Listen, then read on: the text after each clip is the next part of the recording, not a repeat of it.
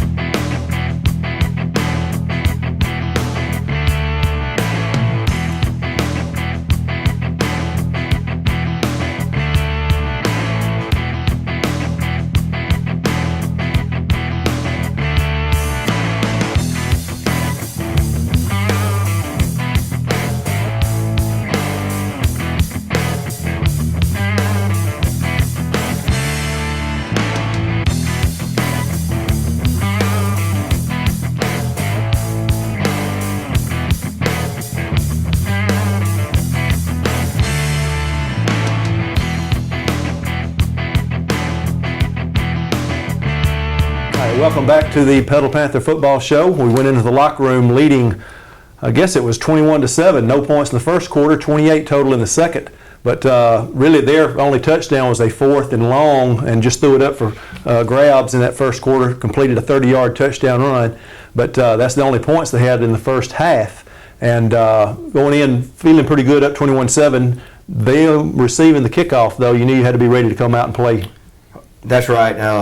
That's why you always like taking the ball the second half. But unfortunately, they won the toss and elected to defer. So we talked to our team. Hey, it's 21-7 ball game, but we've got to come out the second half because we knew they would come out trying to get the ball to their two big weapons, and they did. And I thought our defense did a really good job the whole night against their quarterback. Because I remember last year, I don't remember what his stats were, but it seemed like he ran for 300 yards against us last year. And but he did have a big night last year. But I thought this year he had a couple of big runs, but for the most part, you really didn't see the highlight film that you saw last year against us. And that opening drive, we held them to a field goal. I thought that was key to make it 21-10, but we answered right back. As I said, 3 consecutive drives of scoring. So defense bent a little bit, but didn't break. But I thought a key point a drive or so later when we stopped that quarterback for no gain on 3rd and 1, on 4th and 1. There's I don't know if anybody placed any money on being able to do that, but I know the defenders thought they could, and coach staff did, and they did it. Yeah, I think that took the wind out of their sail. Yeah. When we did that, I think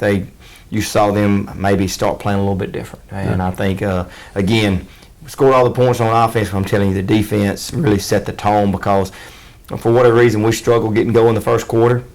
And on offense, and our defense just kept us in the game, and that's what I think for the first time all year we played a good offensive game and a good defensive game, and I think we made all of our PATs. Yeah. So, hey, that's a plus. Yeah, definitely the way we've been struggling. So I think we finally got that.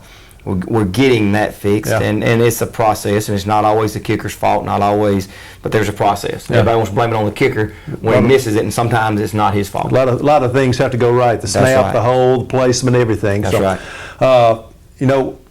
I was looking at the stats and just sort of a numbers guy that I am. I was looking like 40% of their yardage came after it was 42-10 in the fourth quarter, where got those backups some valuable playing time against a good offense because they kept our number one offense in there. Yeah, and I told our JV defense, I was proud of them. They gave up some scores. I know that, but at the same time, they made them work for it. It wasn't a 1 or 2 play drive, and they made them go 6, 8 plays every time. And I was proud of our JV defense, and that's why those young kids play. As a coaching staff, we talked about putting the one defense back in there, but hey, we won the game, so let's keep them young guys out there. It's good experience for them, and they work just as hard as the starters do. And some of them are just one play away from being in there too. That's right. And you saw a couple of safeties make some big plays, and a couple of linebackers make some big plays. Yeah, let's talk a couple of individuals real quick. We talked about Stephon and how he had a couple of passing. 3 catches for 99 yards, 2 of them touchdowns, had a rushing touchdown. He rushed 17 times for 144 yards, touched the ball 20 times on offense, over 12 yards a touch. That's pretty good. That's pretty good, and you're seeing him get more and more comfortable with that offense. It's the key to the offensive line. They're getting better, and as they get better, you're going to see his numbers go up. And Tanner, over 260 yards in total offense, threw the ball well over 200 there, then had his normal rushing. He had a rushing touchdown again. Spread out the 4 rushing touchdowns between Yancey, Watts, and Stephon and Tanner. Yeah. Again, we got a lot. I think we got a lot of weapons, a lot of guys that can make things happen, and there's still a couple of players that haven't been able to get the ball to like we can that can make plays.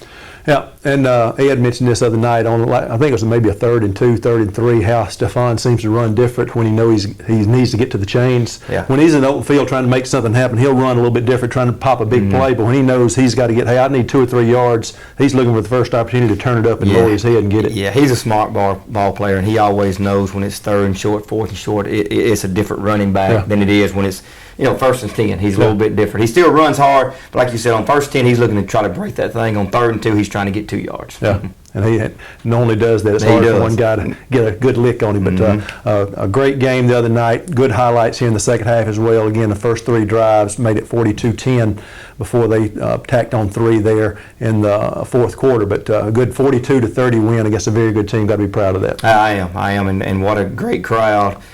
Student section, brag on those guys. I mean, and girls. They were really loud. We could hear them and made a big difference in our ball game. All right, let's take a look at those second half highlights right now. Then we'll be back to talk about next week's opponent.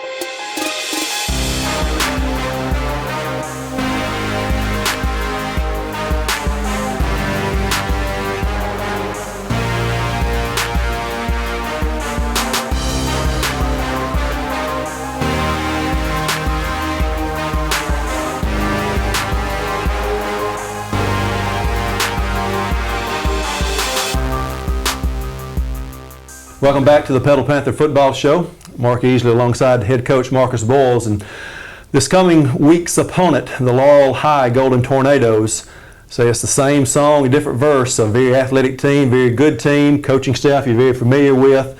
I always have good games with them. We expect nothing different this Friday night in Panther Stadium.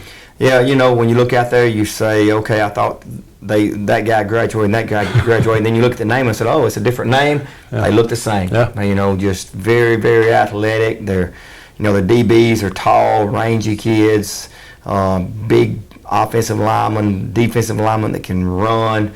It's a typical Laurel team, and you know, Coach Breland, Todd Breland, and I worked together at Wayne County for a number of years. Done a great job at Laurel, and you know, kids are well coached. They play hard, and they go play with great passion for 48 minutes. Yeah, 2-1 team coming into Panther Stadium, had a big win this past week over Oak Grove, so that gets your attention right there. That they're playing well.